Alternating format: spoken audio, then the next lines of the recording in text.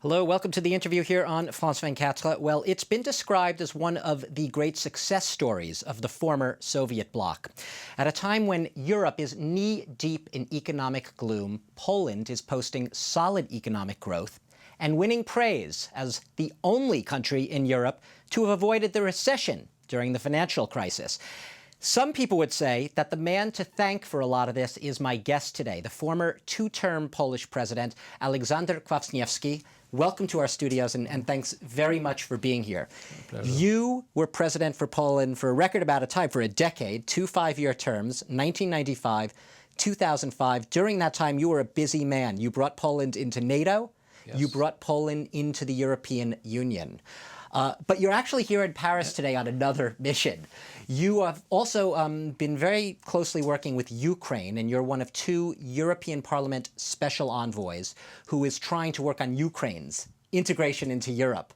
And we know there's been a little bit of a problem with that, and her name is Yulia Tymoshenko. She is right now in jail. Some say that the current president, Yanukovych, is responsible for that. How do you see this issue right now playing out? What is the status of Tymoshenko's? We started our mission some months ago. We were invited by President of European Parliament, Martin Schulz, together with Pat Cox, former President of European Parliament. We spent many days in Ukraine, and we achieved some progress. First of all, one of so-called political prisoners, former Minister of Defense, is released. Mr. Lysenko. No, Mr. Ivashchenko. Now we are working to find a solution in the case of Mr. Lutsenko, the former Minister of Interior. And of course, the most complicated question is the case of Madam Tymoshenko, because here we have 3 elements very difficult. First, legal element, because she's sentenced and it's necessary to find solution on the legal way, what is not easy. Then political, because she's a leader of one of the most important opposition party in Ukraine, and we are after the election, and her party is a party number 2 in the parliament. And of course we have a lot of psychology in the situation, because both sides, I mean, Madam Tymoshenko and President Yanukovych, they are strong enemies, and that is a problem also. But could I just ask you this, because Poland and Ukraine, you've been traditionally very close, and I'm just wondering, have you personally met with Viktor Yanukovych, the president of Ukraine? What have you said to him in these meetings? Have you said Europe's not going to let you get closer until... Our message is very simple. We met several times, and I think in our discussion we have a real program, because in the beginning it was a monologue of the president. Now we have a real, genuine dialogue, what is good. And of course, for us, the main message is that if your priority is the best cooperation with the European Union and to sign prepared and initial association agreement with the European Union, is necessary to solve the problem of Yulia Tymoshenko, even if you have a lot of arguments against her. And I think step by step, this understanding that the real priority for Ukraine is association with the European Union, because it means a good future for Ukraine. It means there's chance for modernization of the country. So do you see ultimately President Yanukovych in Ukraine, do you think he will bend to pressure or psychological persuasion, if you will? Well, we will see, of course. That is very difficult, sophisticated and discreet mission, but I think it's important that the authority of Ukraine understands that the real future of this country is connected with Europe and European Union. If the alternative for Ukraine is European Union, one side, or Euro-Asian Union, together with Belarus, Kazakhstan and Russia on the other side, I think the real choice, the real good choice for Ukraine is European Union. And of course, to do that is necessary to take a lot of efforts and to overcome this crisis which we have now with Yulia Tymoshenko and Mr. Lutsenko. Let's look at your own country, Poland, because while Ukraine is right now having some tough issues dealing with, you very much anchored Poland on a European course. And yet today, we're seeing some people question that course. We saw clashes in Warsaw this weekend between police and far-right extremists. Are you worried that as we're seeing elsewhere in Europe, this far right is going to throw Poland off the course you set. I tell you, so the time for Europe is not easy because we have crisis, we have the consequences of the crisis.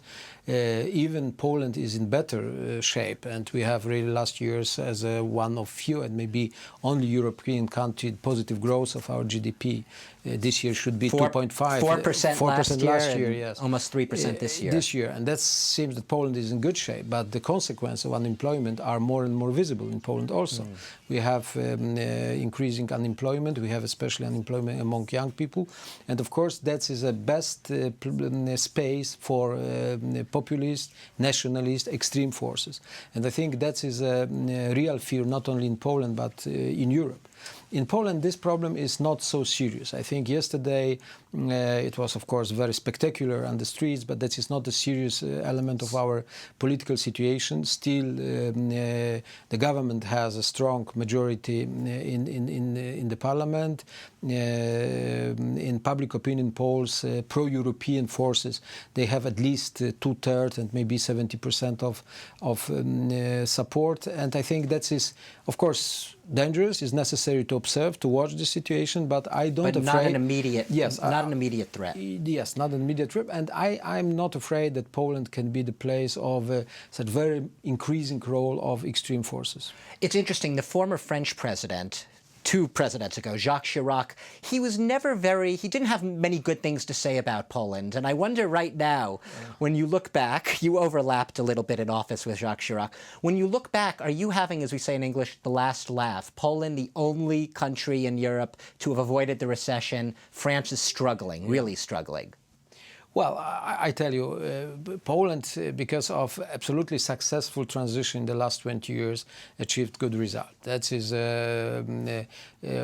our pride, and I think that is something what we can continue with some problems because we are so much interconnected with the European Union, especially with Germany, that recession in European countries, recession or slowing down in Germany means a lot of problems for us, for Polish exports. It's your biggest trading partner. Yes, 40% of our trade, of our export is going to Germany. And today, if you are using German cars or German machines that partly they are produced in Poland. So Europe's crisis directly affects Poland.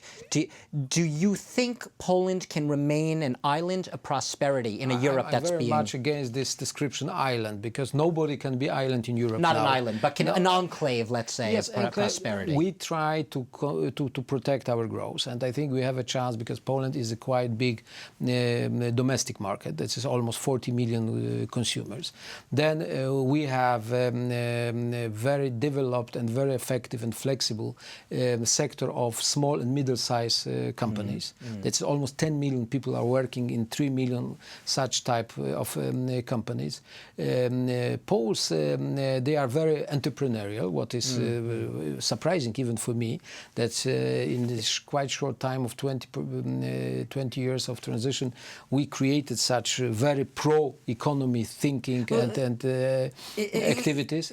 You were, back in the old Soviet days, you were an ex-communist. When you ruled, you were a social democrat. Yes. What do you think when you go to Warsaw today and you see a Ferrari showroom in the building that used to be the Communist Party headquarters? That is a symbol of change. That is a real symbol of change. Do you laugh? It's ironic. To some extent, it's ironic, but it looks nice. And Ferrari cars are really very good, so I have nothing against. Have you bought one yet? No, not yet. But I tell you, that is a symbol of the change, and fantastic symbol. I think Poland has a huge potential now, and I hope that if in Poland the main political forces will continue, let's say, my or our line, to be close or very much inside Europe and European policy, if we will work for more Europe and not less Europe, for more common European policies, if finally Poland, after membership into the European Union, will be member of the eurozone also. Eventually, you have to join the eurozone eventually. Yes, well, of course, that is my wish, and that is, in my opinion, the last extremely important decision for Poland as such, because Poland needs such anchor as euro. Even given what's happening to the euro. Yeah, but we don't speak about next month. We speak about euro after the crisis, and we speak about Polish economy, which is okay. And I think this business to be in eurozone will be very good for both sides, because for Poland to be finally fully integrated with Europe, and for eurozone it would be the sign that euro has matured, perhaps. Is healthy, is okay, because if such big economy is coming inside eurozone, it means that this currency really has own weight. Sir, I'd be remiss if I didn't ask you about what we would say is the 900-pound gorilla standing in this room. That's the neighbor, Russia. Oh. Where do you see Poland's relations with Russia going briefly? Where would you like to see them go? You can't ignore Russia. We have a long history, quite dramatic sometimes. I think today the relationships between Poland and Russia are more or less okay.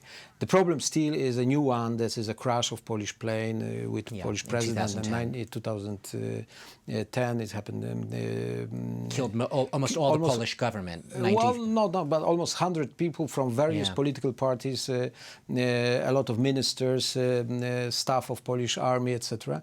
And this, with this drama, we have some problems because still the plane is in Smolensk in Russia. The Russians, they are not ready to transfer. But you'd like to see, very briefly, good relations with Vladimir Putin. Yeah, I tell you, we want to have the best relationship with Russia, but frankly speaking, I'm very much count on the common European policy towards Russia, because we are part of European Union and we want to be important and influential member of European Union, and we need, as Europeans, common European policy towards Russia, and not only Russia, China and the United States also. Aleksander Kwaśniewski, a former two-term Polish president, thank you very much for being my guest today. In a brief time, sharing some of your views on a range of issues from Ukraine to Russia to Poland's place in Europe.